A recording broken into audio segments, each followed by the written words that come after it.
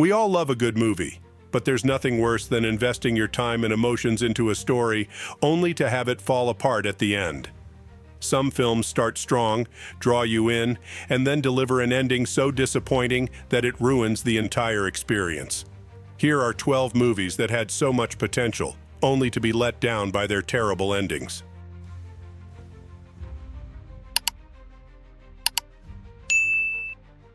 Hancock initially offers a fresh spin on the superhero genre, focusing on an alcoholic and misanthropic hero played by Will Smith. It's offbeat and humorous, but then the movie takes a hard turn into a melodramatic backstory involving immortal demigods and star-crossed lovers. It ends with a cliched sacrifice and miraculous recovery that tosses the originality of the film out the window. Hancock delivers less than what it promises, leaving viewers craving a better conclusion.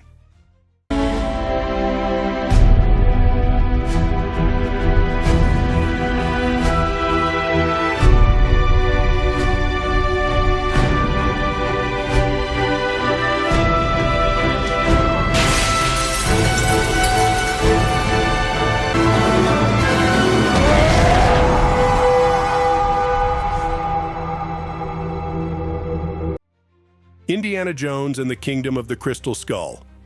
We were excited about Indiana Jones's return. We should have known better. The plot, which centers on Indy battling Soviets over crystal skulls, was just as ridiculous as it sounds. The worst, though, was the ending, where the skulls are revealed to be alien in origin and they fly off in a UFO. Yes, you read that right.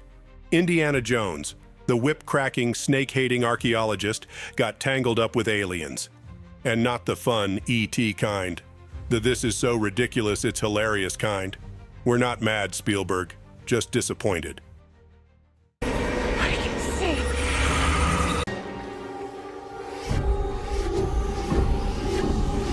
No more!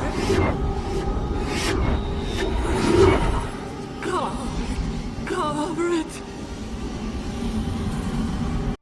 I Am Legend.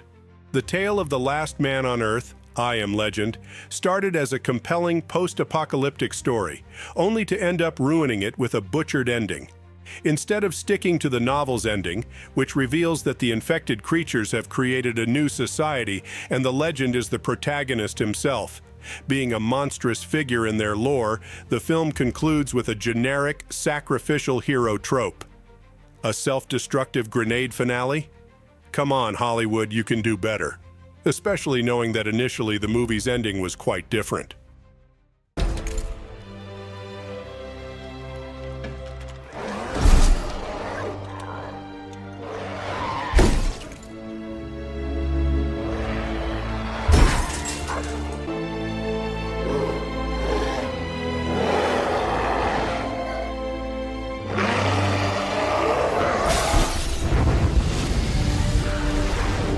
War of the Worlds. Here we go again, Spielberg. This adaptation of H.G. Wells's novel tells the story of a father and his two children trying to survive an alien invasion. It's thrilling, it's scary, and then the aliens just die because they didn't get their flu shots. Apparently, they're taken out by earthly bacteria, leading to an ending as anticlimactic as a wet firework. There's no triumphant human victory, just a bunch of extraterrestrials with a lousy immune system. Spielberg, we know you love your alien plotlines, but this ending was a real abduction of satisfaction. From the moment the invaders arrived, breathed our air, ate and drank, they were doomed. They were undone, destroyed, after all of man's weapons and devices had failed, by the tiniest creatures that God in his wisdom put upon this earth. Now You See Me promised a fun blend of heist thriller and magic show, but it was the final act that truly needed a disappearing trick. We've been with the Four Horsemen, a group of illusionists pulling off high-stakes heists, while Mark Ruffalo's character, Dylan, seemingly tries to catch them. However, the grand reveal that Dylan was the mastermind all along left viewers flabbergasted. The problem? There was absolutely no foreshadowing of this twist, making it feel as unearned as a rabbit suddenly appearing from a hat. Always a step ahead of me. And the FBI.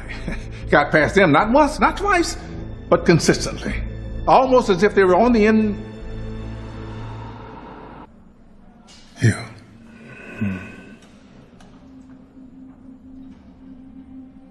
Why? That is the question, isn't it? A classic in many film circles, Sunset Boulevard is a black comedy about a struggling screenwriter who becomes entangled with a faded, silent movie star. However, its ending is, quite literally, overkill. Aspiring writer Joe Gillis gets shot and ends up face down in a swimming pool, narrating his own death in a voiceover. How did he manage to narrate the entire movie post-mortem, you might ask? Well, the film doesn't really bother to explain. You see, the body of a young man was found floating in the pool of her mansion, with 2 shots in his back and 1 in his stomach. Nobody important, really. Just a movie writer with a couple of B pictures to his credit. The poor dope. He always wanted a pool. Signs. Back at it with another Shyamalan twist. In Signs, we watch the Hess family deal with crop circles and a looming extraterrestrial threat. It's atmospheric and tense until the aliens are defeated by water. Yes, an advanced alien species capable of interstellar travel decided to invade a planet that's about 71% water, without considering that it might be a bit harmful. This ending is not so much a twist as it is a wringing of any logic from the plot.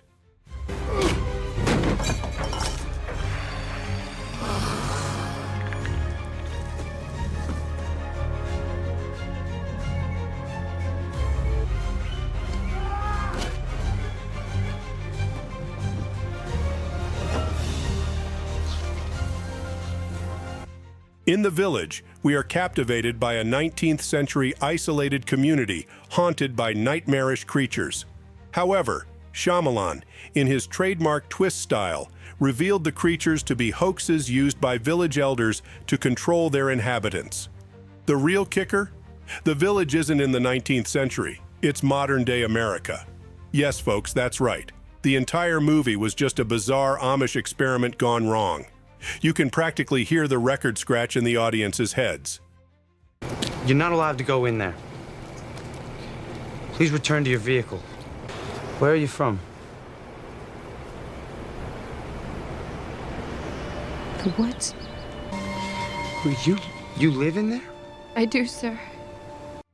Remember Me is a romantic drama focusing on a rebellious young man, Tyler, Robert Pattinson, who has a strained relationship with his father. The movie deals with themes of love, family, and forgiveness.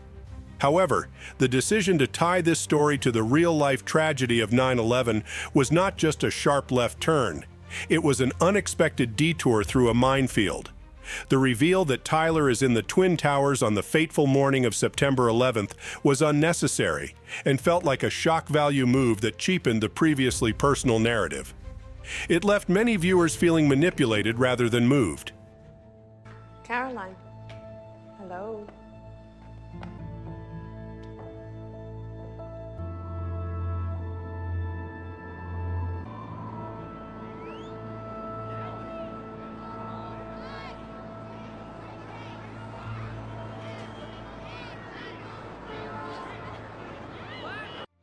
The Life of David Gale.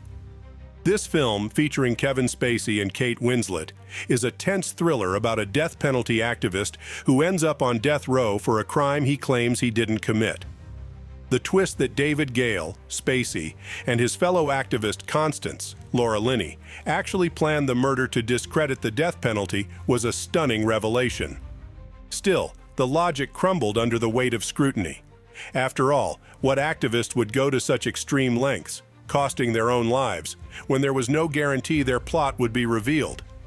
The ending seemed more interested in shock than making any coherent statement about its central issue.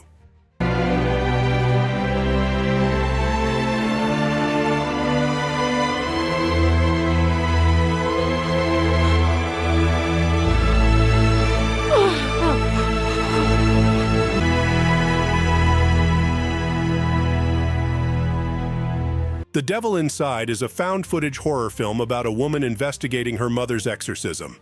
Despite its promising start, the movie's abrupt ending led to an outcry among viewers. The film suddenly cuts to black during a high-tension scene, then directs audiences to a website for further information. Yes, that's right. It's a horror movie that literally leaves you hanging and then asks you to do homework. It's like sitting down to a thriller novel, only to find the last chapter is missing.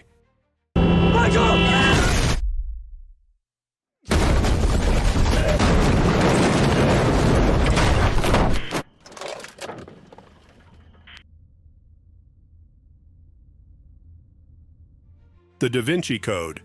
This mystery thriller, based on Dan Brown's bestseller, stars Tom Hanks as symbologist Robert Langdon, who unravels a conspiracy within the Catholic Church. While the book was a page-turner, the film's ending felt oddly lacking in payoff. The reveal that Jesus had descendants and that the Holy Grail was actually Mary Magdalene felt rushed and anticlimactic in comparison to the build-up. This, combined with the fact that nothing of major consequence happens once the truth is uncovered, left viewers as puzzled as Langdon deciphering a cryptic symbol. Adorned in master's loving art, she lies.